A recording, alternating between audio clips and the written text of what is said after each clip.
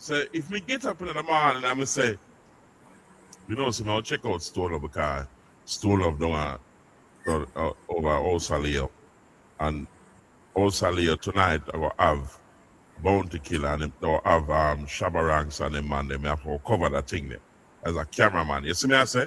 So more you explain to me and explain to the world how you make that decision there when you wake up in the morning, which dance you'll cover.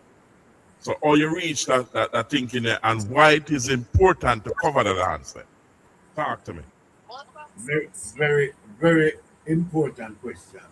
Very, very important question. If we look on tree dance, we have to look on dance where the most star or the most artists are going to turn up. If an artist is not going to be at that session, some celebrity have to be there.